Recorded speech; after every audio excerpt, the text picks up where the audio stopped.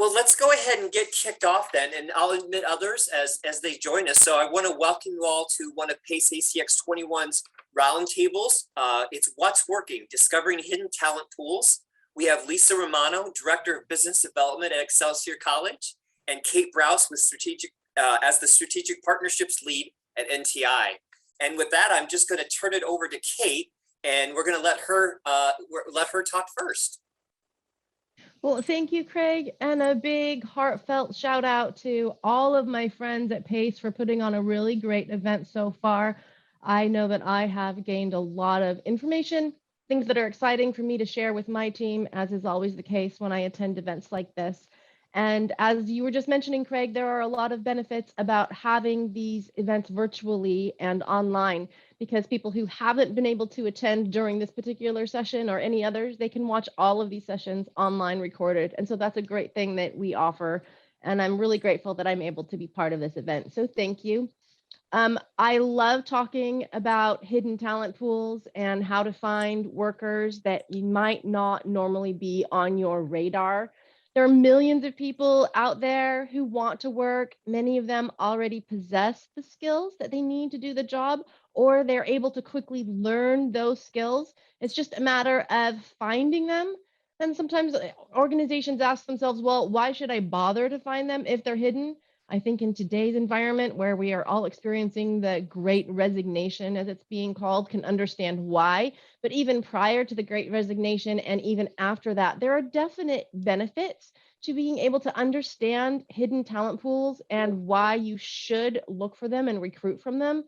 There's a recent study out this year in 2021. It finds that companies that have found and successfully hired from hidden talent pools are 36% less likely to face talent shortages, and they are 35% more likely to meet diversity quotas. There are many other benefits, but those two alone are a great reason to hire from those talent pools, to take the time to understand who those people are and how to reach them. It's all about culture and shifting the focus of what you have done in the past and doing something different moving forward.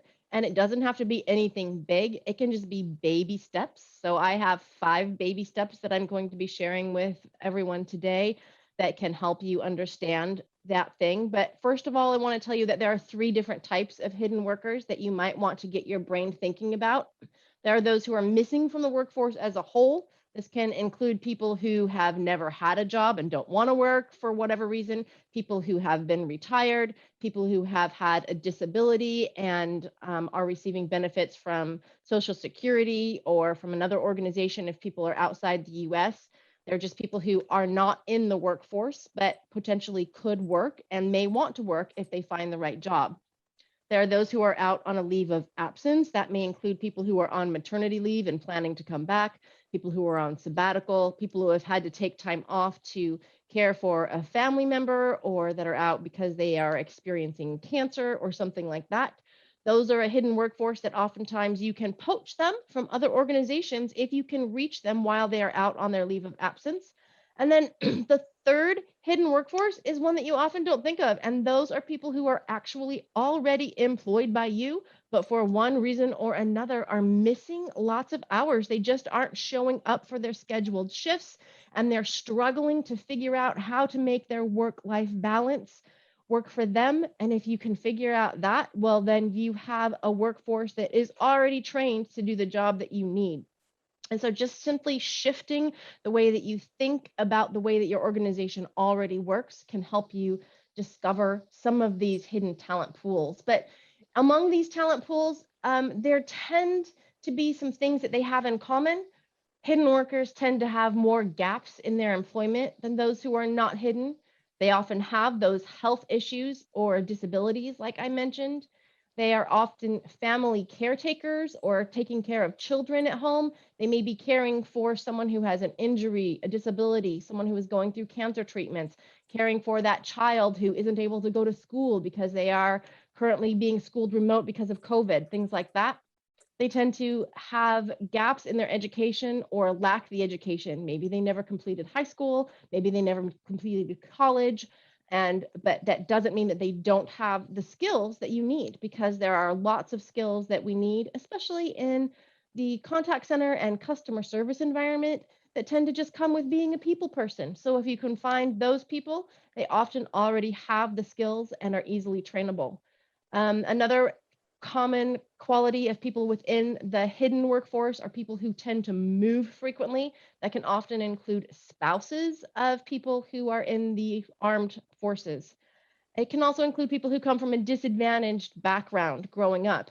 And so when you think about your company and what your workforce looks like, think about how many people within those different categories you already have as part of your workforce. And if you are lacking people in any of those areas, that's a great way to increase and figure out a hidden workforce that is great for you to apply yourself to finding right now. So in 2021, a study said there are 27.4 million workers in America currently that are hidden. They have the skills you need or can easily develop them. And why should you go after them? Well, life experience has given many of these people the skills that they need to be the workers that you need to put bodies in seats right now, or to be able to staff your brick and mortar environments. The first thing is that because of the background that they have, these population tend to have additional empathy, whether that comes from the fact that they have just simply lived longer and they are now retired, or whether they have grown up with a disability and have applied for many jobs and never been able to find a job that's a good fit. They tend to come with extra empathy because of their life experience. In addition, because of that life experience, they tend to have the ability to think outside the box. They tend to be very creative thinkers. And if you can find them and tap into that creative thinking, your team is going to benefit as a result. And the third thing is they have a story to tell, and that story is going to resonate with other employees as well as with the customers or clients that you have. Sometimes those people with those disadvantaged backgrounds, those people in that hidden workforce, they may need a little bit of help to learn what their own story is, to understand that you appreciate it, and then to tell it. But if you can help them get to that point where you say, hey, you have a story, we are interested, we want to help you understand it so we can understand it, and then we want you to go out and share it, you are turning a potential someone who has experienced whatever their hidden disability is or their disadvantage, you are helping them to experience turning their story from a negative into a positive. And when you do that, you now have an advocate for your organization. You're turning somebody who is potentially only an employee showing up to get a paycheck into an advocate, a client, a customer, somebody who is going to be out there cheerleading on behalf of your organization. So those are great reasons to search out this hidden workforce. And I wanted to start with that. But so the 5 things that I mentioned that you want to consider when you're finding that hidden talent. So like I mentioned before, what is your current workforce? Who is missing hours? And what can you do to find ways to meet their needs? Do you have parents who need to be able to have split shifts or micro shifts? Do you have people who are currently working in house that can be working remotely some days a week? Who do you have online that can mentor your employees who are missing hours? And when you're doing that, when you're pairing an employee who is struggling with an employee who is doing well and mentoring, you're now providing both of them the opportunity to grow in their jobs. And the person who is mentoring now gets better at their job and can then be promoted within the company and organization. So those are great solutions that you can offer to people, especially right now during this great resignation, because people who are now going to be mentoring or people who are going to be mentored are less likely to become part of that great resignation that we are experiencing. It's a great thing to let your employees that you already have know that you are committed to helping them have a career path, not just a job. So that's number 1. Look around. Who do you already have internally that you can hold on to? Decrease that attrition. The second one, like I already mentioned earlier, how can you diversify your organization? There is a hidden talent pool for your organization already. You can identify it. How are you missing in diversity? Can you reach out to the LGBTQ community? Can you reach out to the disability community? Maybe you don't have many people who are graduating from college. Maybe you don't have many workers who are about ready to retire. Identifying those gaps in your workforce can help you understand what hidden workforce might be available to you to find hidden talent.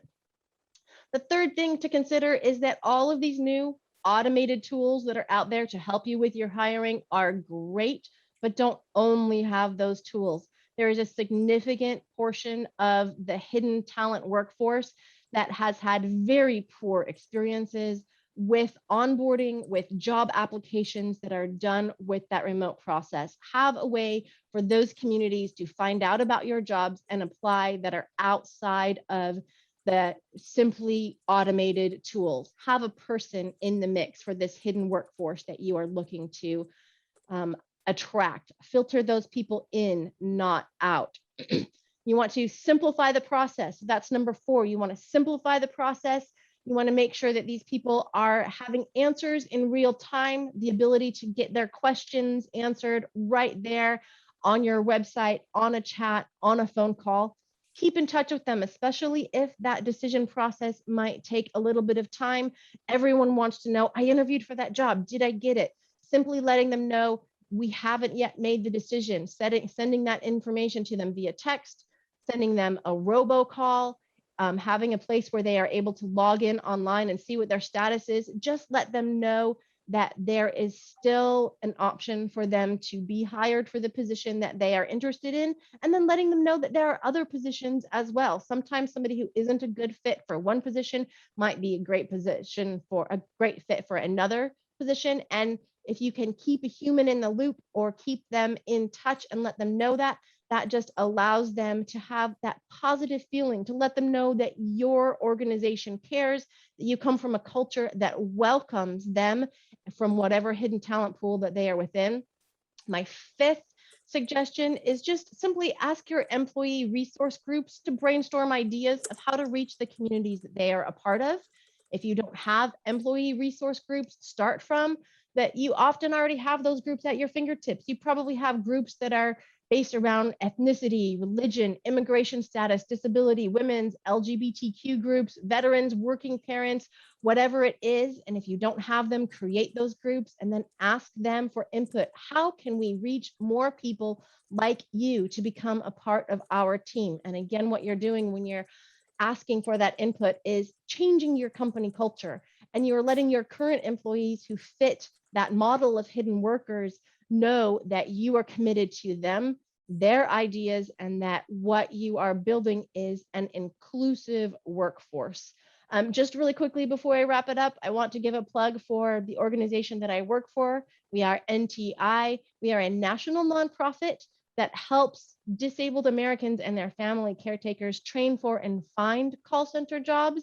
So if you need agents in seats and you are interested in partnering with NTI, we've been around since 1995 doing this. We are really good at making sure that our employer partners are paired with agents who already have the skills that you need for those remote contact center agents. And again, thank you so much for all of this. I hope we will have time for some questions at the end.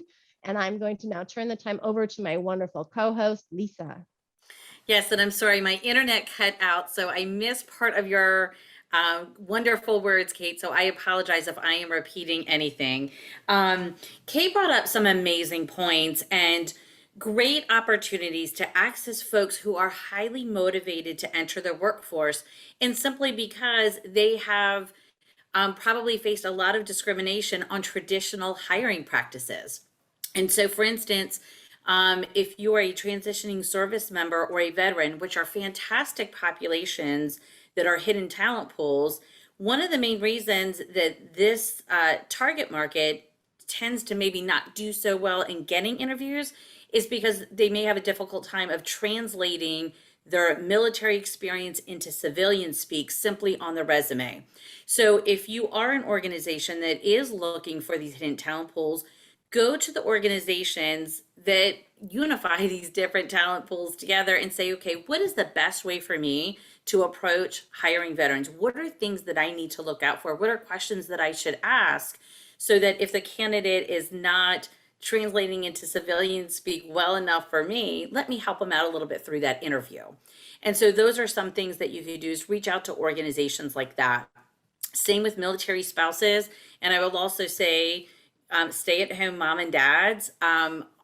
Outside of Excelsior, I helped my husband run a business, and we were very fortunate this year with COVID. We have a retail landscape chain, and we were able to successfully hire fantastic candidates because I specifically targeted empty nesters and stay-at-home mom and dads who, after a year and a half of COVID, wanted to get out now that their kids were going back to school.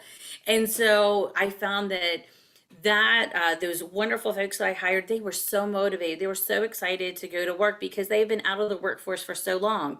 And that's another thing that you need to change, or look at your hiring practices differently. I know, throughout my lifespan, when I was on hiring committees, people would say, oh, they had a big gap on their resume. Don't take that as a negative. Look at it. Why did they have a gap? Did they stop out because life happened? Did they stop out to raise a family? And that happens often.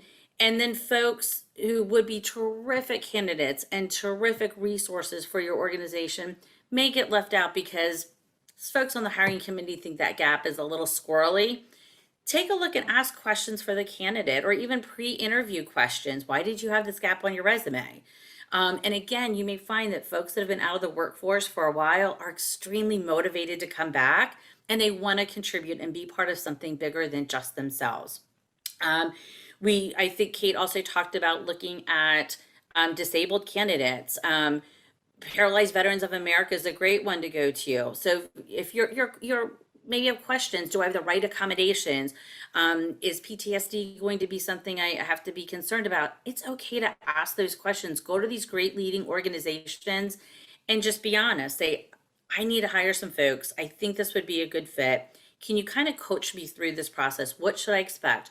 What should I ask? What can I not ask? And I think those types of honest conversations would be very welcomed from these organizations. They are here to help, and they are here to help their constituents with their career goals. So I think it would be an advantageous opportunity to certainly do that. There's another group that I'm not sure if Kate talked about, but we're boomerang employees.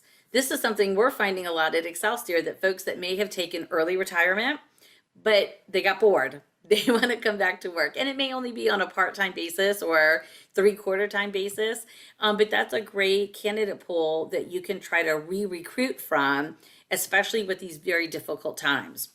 And I think networking is one of the biggest aspects that maybe hiring managers sometimes forget to consider. So for instance, at Excelsior College, we specialize, at least I do in my job, is with educational partnerships. And that's not just about enrolling at the college. We really make our partnerships interwoven into one another, where we fit different partners together.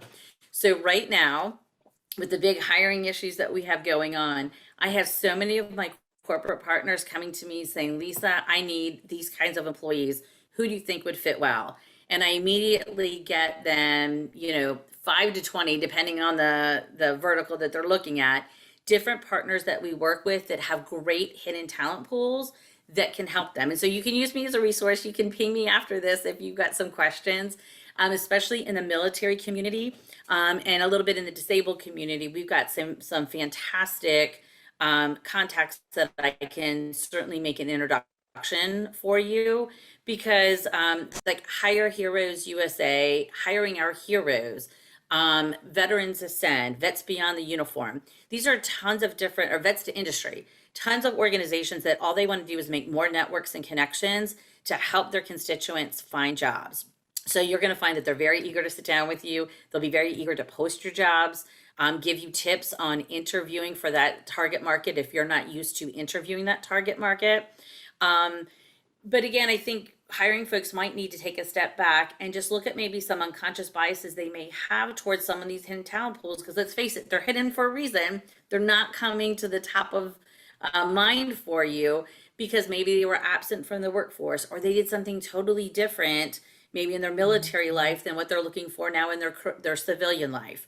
And so I think it's good to have those honest conversations with some of these other organizations that could help you make those right connections. So if anyone's having some issues, feel free to ping me afterwards, and I'd be more than happy to make some introductions for you.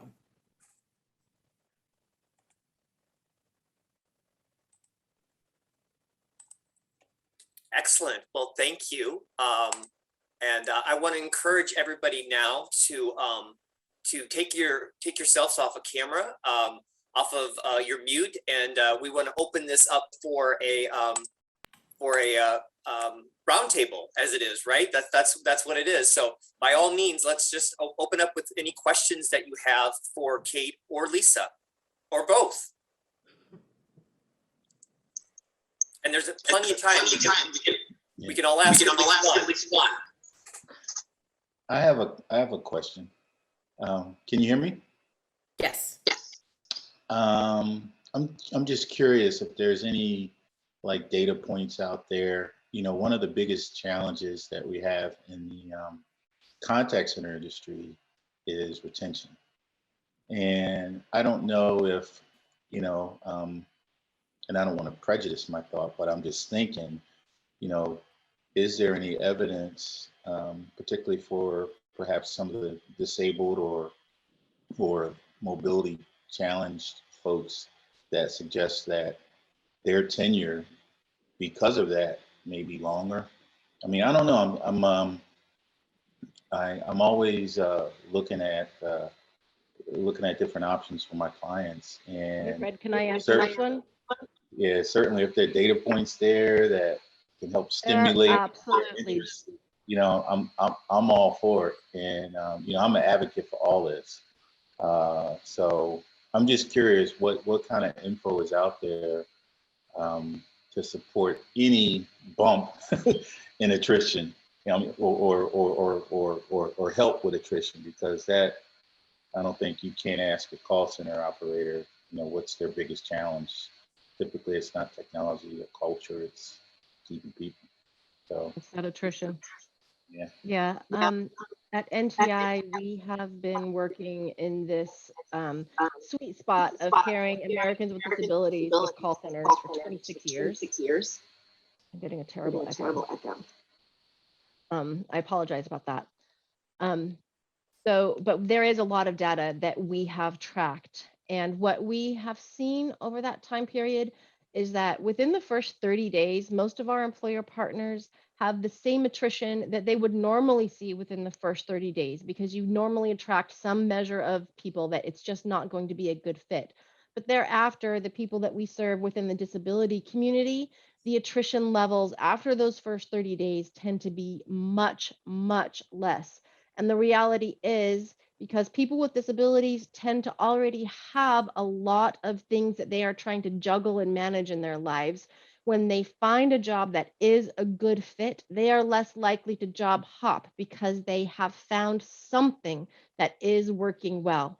And I would imagine that that would probably be true for many others that are within that quote unquote, you know, hidden talent pool. They're very grateful to have found a job. They know that it is less likely that they will be able to find another one. I mean, it's one thing when you're jumping from Panera Bread to Starbucks because you pay 25 cents more an hour and you're down the street. But when you're part of that hidden talent pool and you find a job that's working for you, they tend to have much more loyalty. Thanks, Kate. Helpful. Lisa, did you want to add anything there? You good? I'm good. Kate's the expert on that. She's got all that data. Awesome. Who else has a question? Hi, it's Tom Daly. I'm north of Boston, and we're getting hammered with the storm. So I'm on a cellular network. So I hope you can hear me, but I know I can't run video. But I had a question, which is whether anybody in this group had experience with gig networks, gig work for call centers, and whether that was a trend that would help reach some hidden labor pools, and if that was growing or that was interesting. That's a great question, Tom. Do you want to take it, Lisa, or do you want me to answer this one as well? You please, Kate. This is more of your expertise. All right. So yes, gig is where it's at. And there are organizations that we are partnering with, large and small, who are demanding those gig workers. So at NTI, we are trying to figure out exactly how to provide that training and attract those people who can do that gig work, because yes, the demand is there. And yes, if your organization can offer that, obviously you are going to provide an additional way for people to find you and work your organization into their lifestyle. And, it made me laugh the other day. Somebody called me a gig worker, and I'm like, I'm not a gig worker. And they said, but you're on Rover. And I thought, I am. I offer dog sitting services on Rover. I am an at-home worker with a full-time job, but I'm on Rover. I work gig when it fits my lifestyle, and I hadn't even considered that I myself am part of that quote unquote gig economy.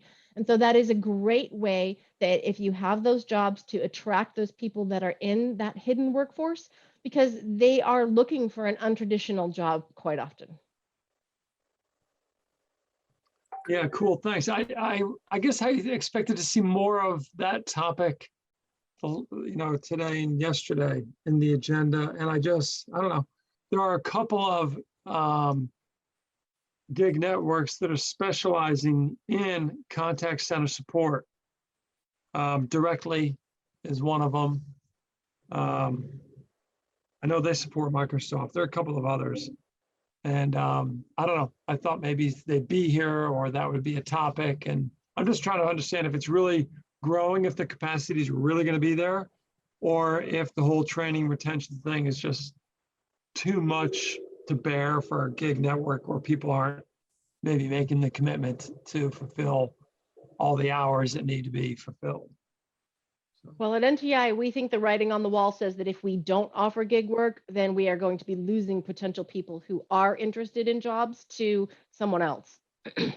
Because we think that there really is a need for that. Whether time will bear that out remains to be seen. But we see the writing on the wall is that gig is here to stay. Yeah, I mean, the other thing, just the whole. Now I have the echo. I had this earlier before. Again, I don't know if it's because I'm on a cellular network, but I'll just make one final comment. And that is, where was I going with this? Oh, COVID. Yeah, just it's one of these long haul COVID things where long haul is the wrong term, but just in a post-COVID world, gig has got a lot of, it's more viable than it was. And so I just expected in this industry there'd be more of it. That's all. What might be interesting too, to piggyback on that, is I think that employers need to look at more flexibility that kind of goes with that. And there was some recent data out by EdCore Educational Partners that said of the more mature generation, folks were more interested in full-time, regular employment. They wanted the 401k and they wanted those long-term benefits. And a lot of the younger generation that's coming out, a lot of the Gen Z, sorry, my cat's going to be here, are looking more for short-term benefits, and they want a lot of that flexibility so that they can achieve other goals for a more fulfilling life and not be at one job for 20 years that maybe our parents and grandparents were part of.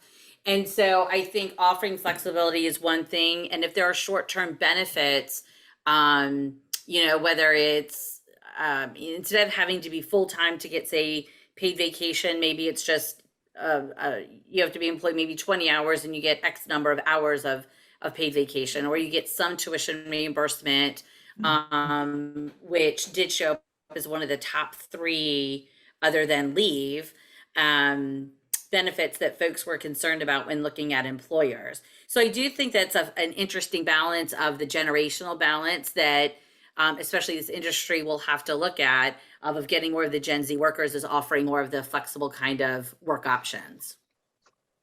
Yeah, totally. Feels like it fits the post-COVID world. Everything is different.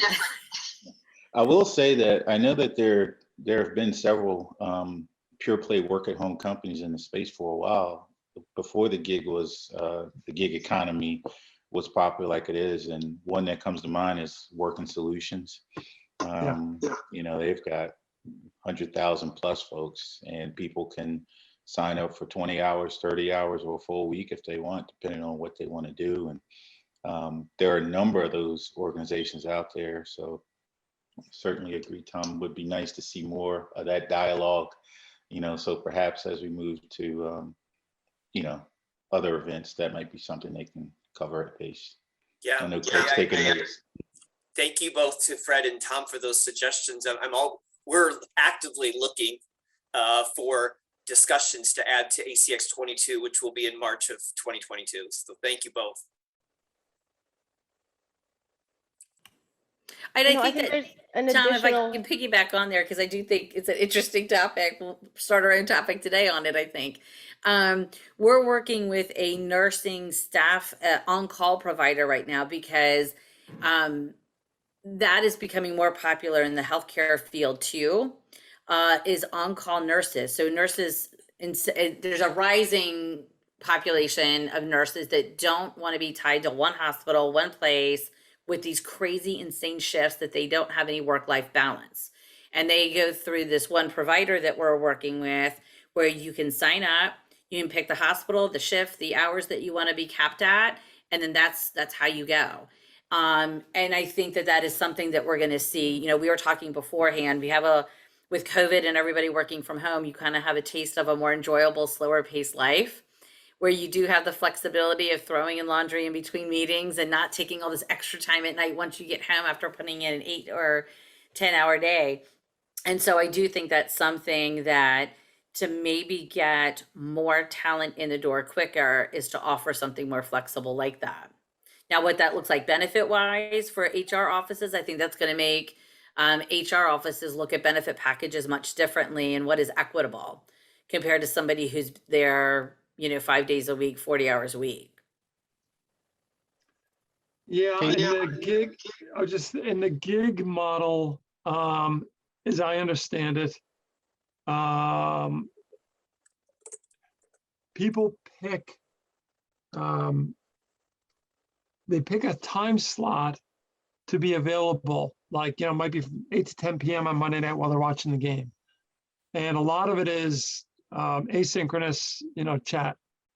And these are people who otherwise would not be interested in working in a call center. They are maybe a higher income, higher education level, whatever, socioeconomic, and they would be willing to text with a like a Sunbasket customer, or Blue Apron, the meal kit delivery deals, and kind of help those people order an extra meal in this week's portion, or get a vegan meal added to their order. Whereas to kind of doing it online might be a pain, and that customer might be just really happy to do it with customer service agent in a non-voice setting. And you can get people to do those, to take those tickets, who might be a Sunbasket customer. You know what I mean? There's more of an affinity there. They actually understand the product. They use the product. There's more of a peer-to-peer kind of a relationship with the customer. And so I think it's a different model. It's more of a high-end, low-touch kind of solution. I'm trying to think of some other examples where it would be really, it doesn't work for like a billing inquiry. AT&T probably couldn't use this. Apple might, to help somebody use their iPhone, but it's a different kind of a higher end ticket. And I don't know. It's not just the labor supply that's evolving here with the younger people and the COVID.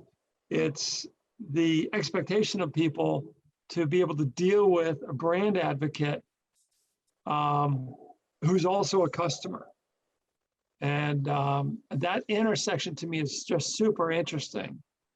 I just don't, the question in my mind is, why is nobody talking about it? How legit is it? Fred, thank you for mentioning Working Solutions. I'm aware of those guys. I don't think they're quite as on the money as like Directly is. But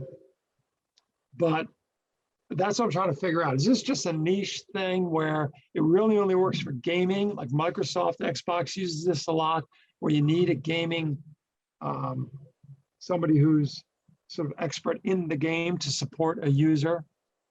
Is it a niche thing like that, or is it something that could really grow and you could have really significant contact center capacity come online. I'm not sure. So now you're not sure either, probably. But anyway, that's kind of all I got on that. I think it's super interesting if it happens, but I just can't quite figure out if it's really happening or not.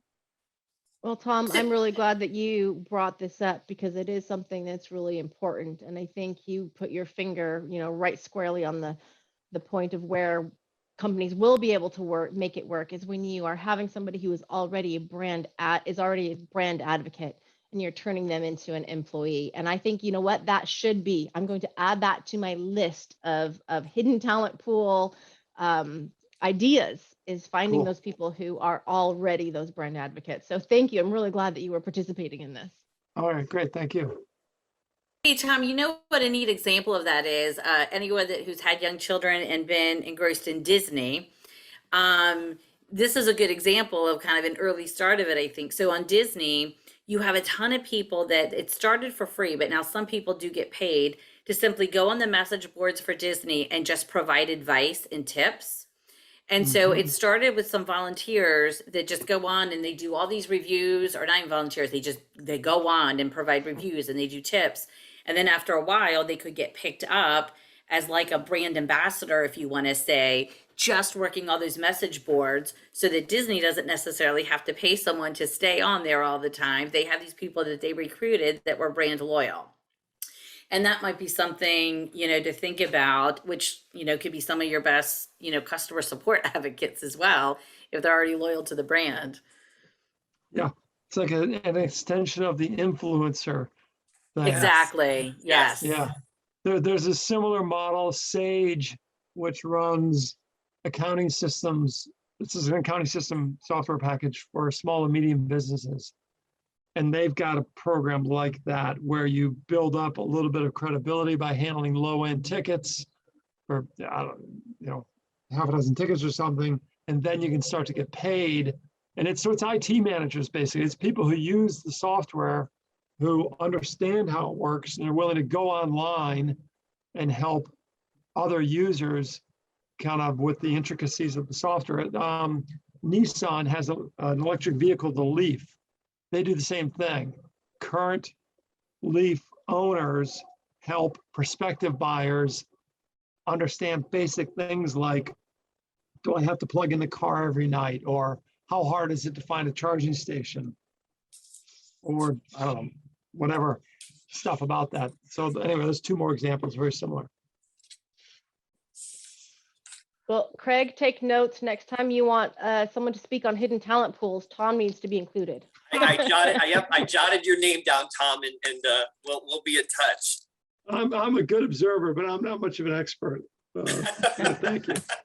Well, you made some excellent points. So like Kate said, we really appreciate you being part of our roundtable today. We have about 5 minutes left before we need to wrap up. Does anybody else have any questions that they want to bring up or any discussion points? Well, then, I'll give the floor back to Kate and Lisa, and if they have any closing comments for us today. Kate? Sure, thank you. My closing comment would just be that as you are shifting your company culture and as you are thinking of ways to attract new talent, it might benefit you to shift your focus to, instead of wanting to bring talent on board, train them and keep them forever, because that is not what today's workforce wants. Think about bringing them on board, training them and launching them somewhere better and making them proud of that they started with you. Because then what that will do is increase your exposure out there so that now somebody says, hey, my first job was at X company and they did a great job training me and they were so excited for me when I got to move on. And that's another way of helping your employees that are current know that you support their career journeys, not just within your own organization. And that's another great thing that you can do to attract and keep great talent interested in your organization, even after they choose to leave. And I think that's an excellent point, Kate. And I think you know, there's some employers that are so scared to offer benefits, say for education, because I deal with that all the time, because they think their employee is going to leave. So instead of saying, hey, I'm going to get a better trained employee for the duration that they're with me because they're obtaining these new skill sets, I'm just not going to do anything because I don't want him to leave. So I think that's good at how you kind of you build up your workforce that way. And I think for any parting words that I may have is just to, if you have any concerns or fears of just what the unknown is of going to some of these different hidden talent pools that maybe you're not used to working with, is just to go and have honest conversations with some of these leading associations and organizations and ask the questions, because you could be leaving out unintentionally some tremendously great assets to your company just by simply it's an unknown variable to you. And so sometimes it's good to kind of step out of our own way and just be a little more open to things that are not in our normal workplace. You know, people are always concerned, are they going to fit within the team? Are they going to do this? Are they going to do this? Well, maybe your team needs to evolve a little bit and not just be all one way. And so I think it's good to kind of be open to other experiences. And again, to go talk to these organizations. And if anyone needs contacts with some of the military community organizations, disabled veterans organizations, military spouses, anything like that, please feel free to ping me. I am on LinkedIn. And I'd be more than happy to make an introduction for you. Wow, incredible. Well, I want to thank everybody for coming, especially to Kate and to Lisa for being the hosts of this particular roundtable. You always can reach out to us if you can get a hold of me, and I can connect you with Kate or Lisa, or I think they both provided their contact information. So enjoy the rest of the day. We've got a couple more exciting sessions coming up, including the Compliance Officers Forum Live. And then we're ending the day with Hollywood Law Trivia. Ooh. Which I probably won't be very good at, but it'll be fun anyway, right? Sounds All right, great. well- Everyone have a great day. Enjoy the rest of the conference. Yes, thank you, everybody. Bye-bye. Thanks, everybody. Bye. Yeah, Bye. thanks, everybody.